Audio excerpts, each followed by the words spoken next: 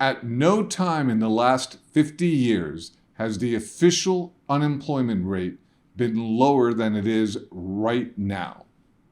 That should mean the majority of Americans are in great financial shape.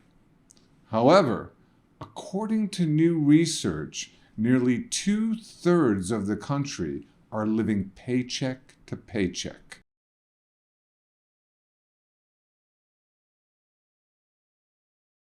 A jobless rate down to 3.5% means the nation is at full employment.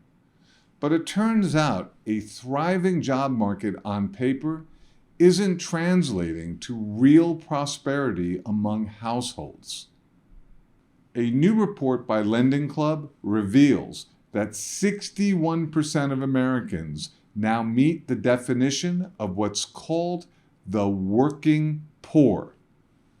They're living paycheck to paycheck. What's especially notable are the increases in the number of higher earners now living paycheck to paycheck.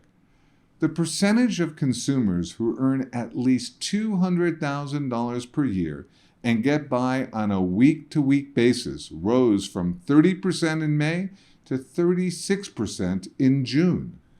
There's been a much bigger jump in paycheck to paycheck living by those consumers earning $100,000 to $150,000 per year.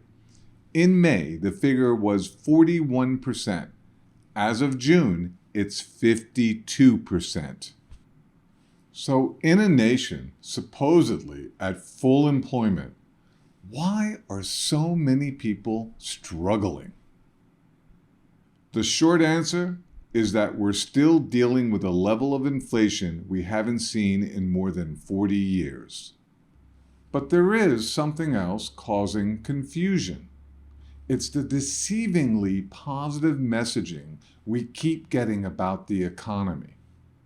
Just recently, White House Chief Economic Advisor Brian Deese had this cheerful assessment of Americans' financial circumstances. Working people and middle-class families have more breathing room.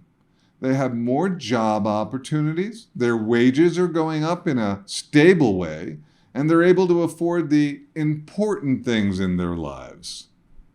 Does an increase in the number of consumers living paycheck to paycheck sound like more breathing room?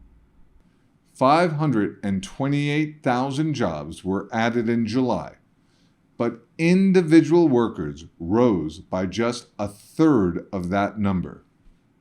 That means there are a lot of people working 2 jobs or more right now.